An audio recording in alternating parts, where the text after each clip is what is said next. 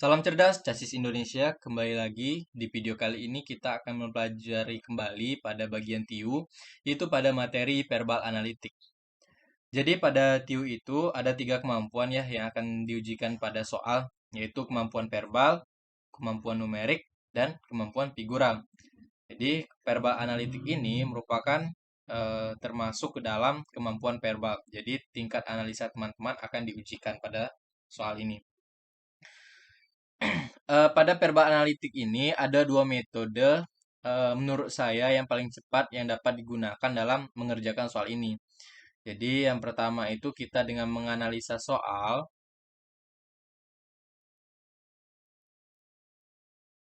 Jadi kita mencari jawaban dari informasi-informasi soal di soal yang diketahui. Kemudian yang kedua itu adalah dengan menganalisa pilihan jawaban. Jadi kita melihat dari pilihan jawabannya, kemudian kita bandingkan dengan informasi yang diketahui. Tapi tidak semua dari soal itu bisa menggunakan metode ini. Untuk itu, bagaimana pilihan metodenya dan ciri khas dari soal tersebut, kita akan pelajari pada video kali ini. Oke, ini untuk soal yang pertama. Ada 5 orang siswa A, B, C, D, E. A, B berasal dari daerah yang sama. Begitu juga dengan D dan E berasal dari daerah yang sama. Apabila siswa yang berasal dari sekolah yang sama tidak boleh duduk berdekatan, kemungkinan posisi tempat duduk mereka dalam satu deret. Oke, pada soal ini, jadi kita diminta mencari posisi tempat duduk mereka dengan syarat tidak boleh ada yang duduk berdekatan. Oke, ini ya syaratnya ya. Dan kita ketahui A dan B itu berasal dari sekolah yang sama, D dan E berasal dari sekolah yang sama. Oh, ini tadi syaratnya tidak ada siswa yang berasal dari sekolah yang sama duduk berdekatan ya. Oke, kita langsung analisa di pilihan jawabannya saja agar lebih cepat dengan membandingkan informasi yang kita ketahui. Ingat ya, A dan B dan D, E. Tidak boleh duduk berdekatan. Oke, kita lihat yang A. A, A, D, B, E, A, D, E, B, C. Oke, D dan E. Ya, berasal dari sekolah yang sama ya. Padahal tidak boleh ya, berarti langsung kita coret. Berarti bukan jawabannya. Kemudian yang B, yang A, AB juga duduk berdekatan pada berasal dari sekolah yang sama, berarti bukan. Kemudian yang C sama ya, AB-nya juga ini bukan. Kemudian yang D, oke yang D kemungkinan bisa kita simpan dulu. Kemudian yang E, oh yang AB-nya masih berdekatan, berarti bukan. Berarti jawabannya adalah yang D. Oke, untuk soal yang kedua, Joko adalah anak yang sulit disuruh makan. Joko bersedia makan nasi jika sudah dibelikan makanan favoritnya. Jika sudah punya permen coklat, Joko bisa melupakan roti keju. Roti keju lebih disukai oleh Joko daripada es krim, sehingga Joko bersedia menukarkan es krim dengan roti keju. Kesukaan Joko terhadap es krim sama besarnya dengan kesukaannya terhadap jus durian. Dan Joko lebih menyukai roti keju daripada mangga arum manis. Makanan favorit apakah yang bisa dibelikan ibu Joko agar Joko bersedia makan nasi? Oke, yang ditanya adalah makanan yang paling favorit ya. Oke, untuk soal seperti ini kita harus mengurutkannya terlebih dahulu agar memudahkan kita dalam menganalisanya. Oke, jika sudah punya permen coklat, Joko bisa melupakan roti keju. Artinya permen coklat lebih disukai daripada roti keju ya. Di sini kita buat yang paling disukai, yang paling disukai, dan di sini yang disukai. Disukai saja ya. Kita buat urutannya berarti permen coklat misalnya PC ya. Permen coklat lebih disukai daripada roti keju berarti RK misalnya. Kemudian RK lebih disuka roti keju lebih disukai oleh Joko daripada es krim. Nah, berarti karena ini es krim berada posisinya di sini karena roti keju lebih disukai daripada es krim. Es krim misalnya EK. Kemudian kesukaan Joko terhadap es krim sama besarnya kesukaannya terhadap es jus durian. Berarti sama besar artinya sejajar ya. Berarti es jus durian. Dan Joko lebih menyukai roti keju daripada harum manis. Oke, berarti harum manisnya bisa berada di sini ataupun di sini. Kita buat di sini juga bisa, atau di sini juga bisa. Nah, karena yang ditanyakan oleh paling favorit, jadi ini bisa kita abaikan. Yang paling favoritnya yang mana? Yang ini, permen coklat. Oke, jawabannya adalah yang D. Oke, ini untuk soal nomor 3 dan 4 ya, berdasarkan cerita ini. Jadi pada suatu perguruan tinggi, setiap mahasiswa diharuskan untuk menjadwalkan 8 mata kuliah, yaitu F, G, H, J, K, L, M, dan N. Seluruh mahasiswa mengambil satu mata kuliah secara berurutan setiap semesternya, dan tidak ada mata kuliah yang diulang. Jadwal dari ke-8 mata kuliah tersebut dibatasi oleh hal berikut. N selalu diambil di semester pertama. F selalu diambil segera setelah mata kuliah G diambil. Artinya di sini berarti apa?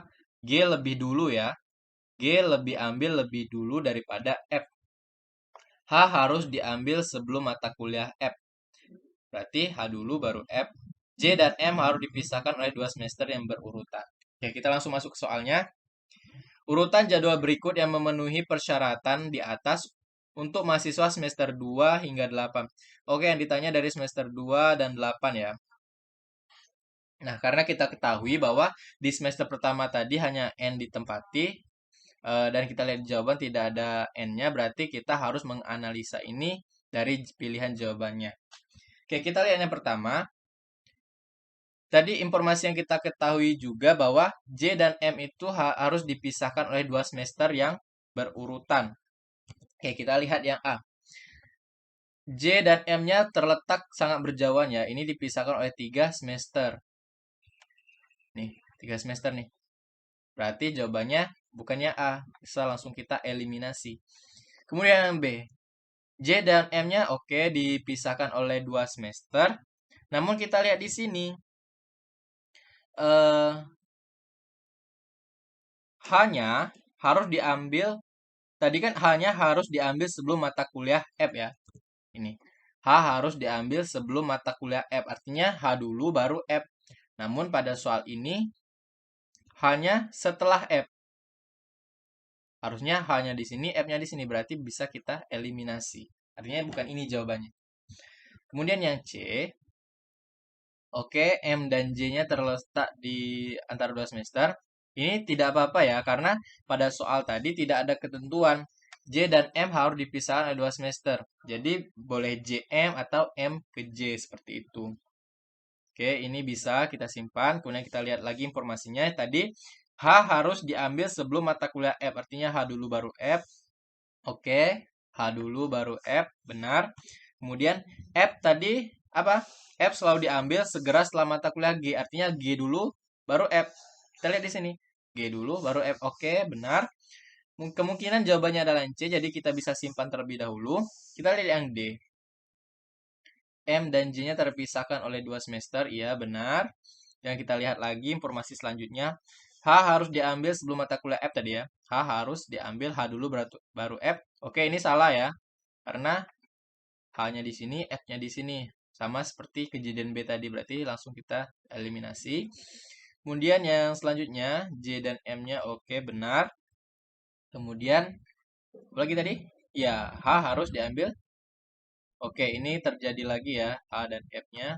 Berarti jawabannya bukan yang E. Berarti benar ya, analisa kita tadi jawabannya adalah yang C.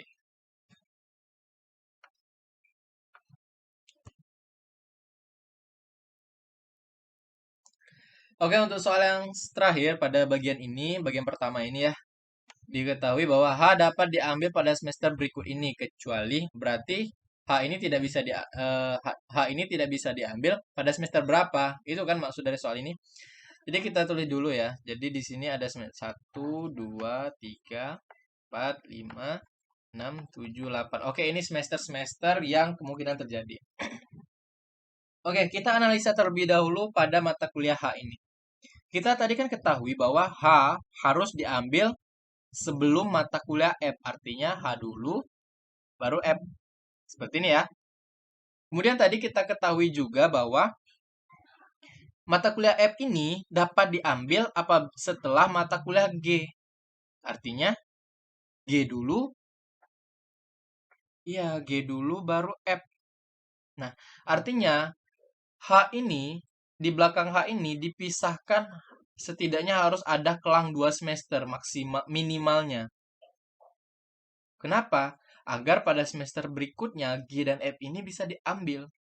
Oke, kita analisa pada semester 2 yang terdapat di sini. Jika H-nya berada di posisi 2, G dan F-nya gimana? Masih bisa, karena masih ada tersisa semester lagi. Otomatis 2 bisa ya. Kemudian yang ketiga, semester 3. Apabila hanya di semester 3, maka G dan F-nya kemungkinan ya masih bisa di semester selanjutnya karena masih ada ruang. Oke. Kemudian di semester 4 masih bisa juga ya. Kemudian di semester 6 masih ada di semester 7 atau 8 kita masih bisa mengambil mata kuliah G atau F. Oke. Nah, pada semester 8 jika hanya di sini tidak ada semester lagi untuk si G dan F ini. Karena batas maksimal semesternya adalah 8. Tidak ada semester 9 ataupun semester 10. Jadi, H ini tidak bisa diambil pada semester 8. Mengapa? Karena jika H diambil semester 8, G dan F tidak bisa diambil nantinya. Oke, berarti jawabannya adalah yang E. Oke, bagaimana teman-teman sekalian dari keempat soal tadi masih ada yang dibingungkan? Jika ada, bisa tulis di kolom komentar, nanti akan saya jawab. Dan jika ada soal dari teman-teman yang kurang dipahami, bisa DM ke Instagram Chassis Indonesia 45. Link Instagramnya ada di deskripsi. Terima kasih dan selamat belajar.